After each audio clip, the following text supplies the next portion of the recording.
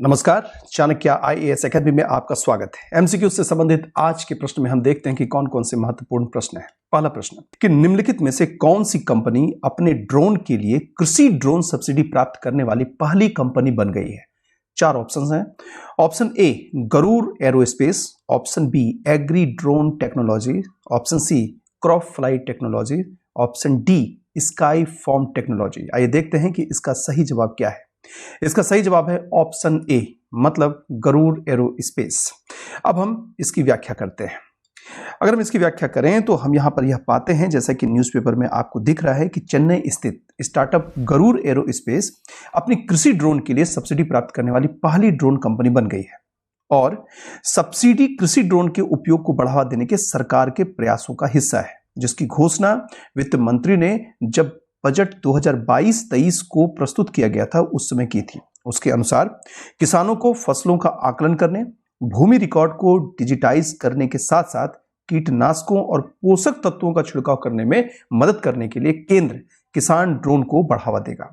बढ़ते हैं अगले प्रश्न की ओर। अगला प्रश्न है प्रधानमंत्री मुद्रा योजना अगले प्रश्न में तरुण श्रेणी के लिए स्वीकृत ऋण की कुल राशि कितनी है। ऑप्शन ए 2 लाख से 8 लाख, ऑप्शन बी 50 लाख से 10 लाख, ऑप्शन सी 5 लाख से 10 लाख, ऑप्शन डी 50,000 तक। इसका अगर सही जवाब देखें तो वह है ऑप्शन सी, यानी कि 5 लाख से 10 लाख। अब हम देखते हैं इस प्रश्न की व्याख्या। अब जितने भी ऋणदाता हैं, जो डेटा आ रहे हैं उसके अनुसार जो भी ऋणदाता हैं वो व्यवसायों को संचालन को बढ़ाने में मदद करने के लिए जो मुद्रा योजना चलाई जा रही है उसके तहत 50,000 से 10 लाख श्रेणियों में ऋण की संख्या बढ़ाने पर विचार कर रहे हैं। और जो ऋण दिए गए हैं मुद्रा योजना के अंतर्गत, उसमें अगर हम देखें जो यह वर्गीकरण किया गया है मुद्रा योजना के अंतर्गत कि शिशु श्रेणी का ऋण, किशोर श्रेणी का ऋण और तरुण श्रेणी का ऋण, उसके अंतर्गत शिशु श्रेणी के ऋण जो 50,000 रुपए तक हैं उसमें वर्तमान में 83% तक ऋण आवंटित किए गए। वहीं किशोर श्रेणी के ऋण की अगर हम बात करें तो 50,000 से 5 लाख रुपए तक के ऋण की बात की जाती है इसमें, तो इसका 15% ऋण आवंटित किया गया इस श्रेणी में।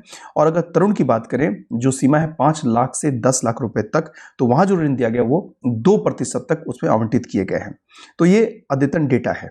और साथ ही साथ हमने यहाँ पर देख लिया कि मुद्रा योजना के तहत 3 वर्गीकरण है ऋण का, शिशु ऋण, किशोर और तरुण।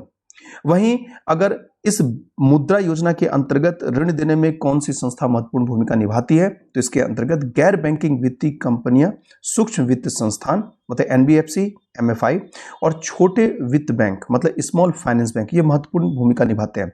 क्योंकि जैसा कि डेटा के अनुसार एनबीएफसी, एमएफआई अकेले शिशु श्रेणी का जो ऋण है उसका 30% ऋण आवंटित किया है।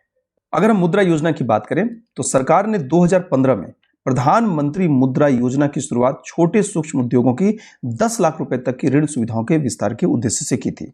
और मुद्रा योजना विनिर्माण, व्यापार, सेवा क्षेत्रों और कृषि से संबंधित गतिविधियों में आय अर्जक गतिविधियों के लिए ऋण प्रदान करती है, मतलब इनकम को जनरेट करने के लिए ऋण प्रदान करती है। अगला सवाल कि क्षोभ मंडलीय उत्सर्जन निगरानी प्रदूषण, जिसको संक्षेप हम यहां पर करें टेम्पो, उपकरण के अनुप्रयोग क्या है। पहला, उत्तरी अमेरिका में वायु प्रदूषण पर नजर रखना, बी ब्लैक होल का अध्ययन, सी क्षोभ मंडल में प्रदूषण की निगरानी और डी गहरे अंतरिक्ष की वस्तुओं का अवलोकन करना। देखते हैं कि इसका सही जवाब क्या है। इसका सही जवाब है ऑप्शन ए, यानी कि उत्तरी अमेरिका में वायु प्रदूषक पर नजर रखना। इसकी व्याख्या अगर हम देखें तो सबसे पहले जो टेम्पो है उसका फुल फॉर्म देखते हैं। उसका फुल फॉर्म है tropospheric emission monitoring of pollution instrument. और अमेरिकी अंतरिक्ष एजेंसी नासा ने वायु प्रदूषण की स्थिति पर नजर रखने के लिए इस टेम्पो नाम के एक वायु गुणवत्ता मॉनिटर को लॉन्च किया है। वहीं नासा ने एक ऐसे उपकरण को लॉन्च किया जिसका नाम जो टेम्पो है, इसकी सहायता से अंतरिक्ष से ही हवा की गुणवत्ता का निरीक्षण करने के वैज्ञानिकों के तरीके में सुधार होगा। टेम्पो पहला अंतरिक्ष आधारित उपकरण है जो प्रमुख वायु प्रदूषकों की हर घंटे निगरानी करेगा। वहीं आगे जो आंकड़े हैं वो ये कह रहे हैं कि अमेरिका की 40% से अधिक आबादी कण प्रदूषण या ओजोन के अस्वास्थ्यकर स्तर वाले क्षेत्रों में रहती है। और वायु प्रदूषण अमेरिका में सालाना लगभग 60,000 लोगों के अकाल मृत्यु के लिए जिम्मेदार है। अगला प्रश्न यहां पर यह है कि चूड़ा प्रथा या नाता निम्न में से क्या है। ऑप्शन ए, यह शादी के बाद परिवारों के बीच उपहारों के आदान प्रदान को संदर्भित करता है। ऑप्शन बी, यह लड़की के बहनोई या अपने बहनोई या देवर द्वारा घर और गांव के भीतर एक महिला की गरिमा की बहाली को दर्शाता है। ऑप्शन सी, यह कस्टम में शामिल कानूनी औपचारिकताओं को दर्शाता है। और डी, यह ग्रामीण राजस्थान में युद्ध विधवाओं को प्रदान किए गए वित्तीय मुआवजे का प्रतिनिधित्व करता है। देखते हैं इसका सही जवाब क्या है। इसका सही जवाब है ऑप्शन बी, मतलब कि यह अपने बहनोई देवर द्वारा घर और गांव के भीतर एक महिला की गरिमा की बहाली को दर्शाता है। अब अगर हम इसकी बात करें कि हमने इसकी चर्चा क्यों की, तो इसकी चर्चा इसलिए की गई है कि जो पुलवामा में शहीद हुए जो सैनिक हैं, जो उनकी विधवा हैं, तो उन विधवाओं का विवाह इस चूड़ा प्रथा या नाता के अंतर्गत उनके देवर के साथ कर दी गई है। अब यहाँ पर बात यह है कि सरकार के द्वारा जो इस विधवा को जो भी सहायता दी जा रही है वो इस विधवा को या उसके बच्चों को दी जाने की बात सरकार के द्वारा कही जा रही है। लेकिन यहाँ पर क्या हो रहा है कि चूड़ा प्रथा के कारण जो विधवा की शादी देवर के साथ हो रही है, तो विधवा जो है वो ये करे कि ये जो सरकारी सहायता है वो किसे मिले, उसके जो पहले देवर और जो अब वर्तमान में पति है उसे मिले।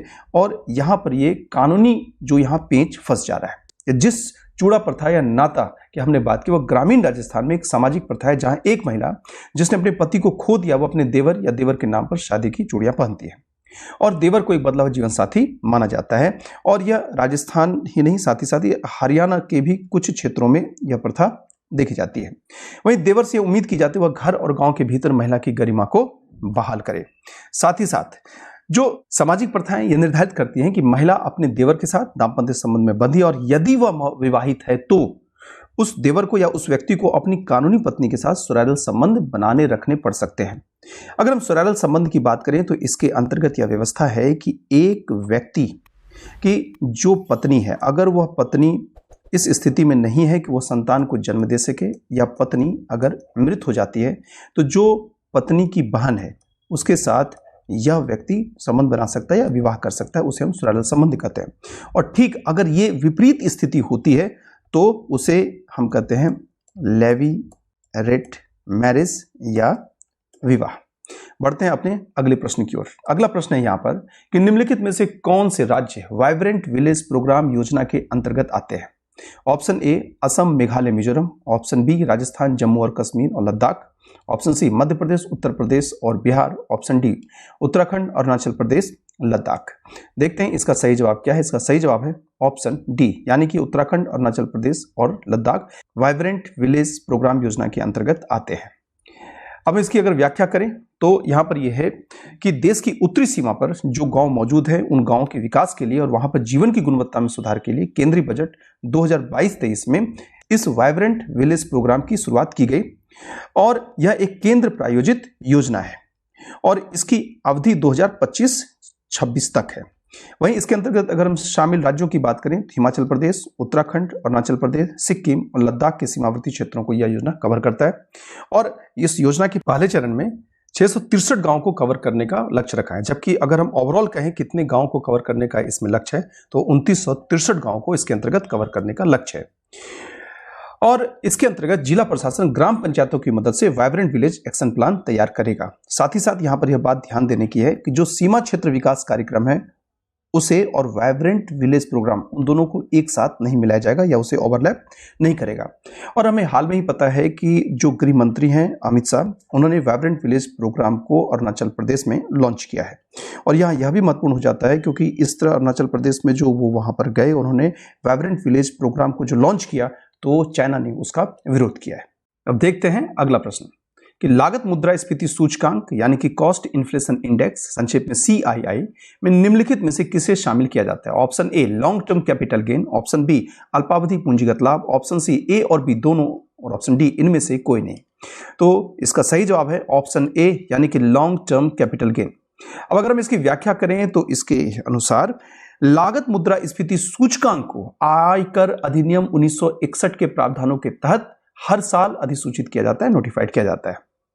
अब यह खबर में इसलिए है क्योंकि केंद्रीय प्रत्यक्ष कर बोर्ड की अधिसूचना के अनुसार आकलन वर्ष कौन सा 2024-25 के लिए लागू वित्तीय वर्ष मतलब 2023-24 के लिए लागत मुद्रास्फीति सूचकांक 348 निर्धारित किया गया है। वहीं अगर हम आगे देखें तो इस सूचकांक का उपयोग जो टैक्स पेयर्स हैं उनके द्वारा इन्फ्लेशन के प्रभाव को ध्यान में रखते हुए अचल संपत्ति, प्रतिभूतियों और आभूषणों की बिक्री से होने वाले दीर्घकालिक पूंजीगत लाभ की गणना के लिए किया जाता है। और जनरली जो दीर्घावधि पूंजीगत संपत्ति होती है उनको जो वित्तीय पुस्तक होते हैं उनकी मूल लागत पर दर्ज किया जाता है। तो इस प्रकार आज के एमसीक्यूज में हमने कुल 6 प्रश्नों को देखा। इसके साथ ही इस वीडियो को यहीं विराम देते हैं, फिर मिलते हैं नए प्रश्न के साथ। Don't forget to like, share and subscribe to our channel and press the bell icon to never miss an update.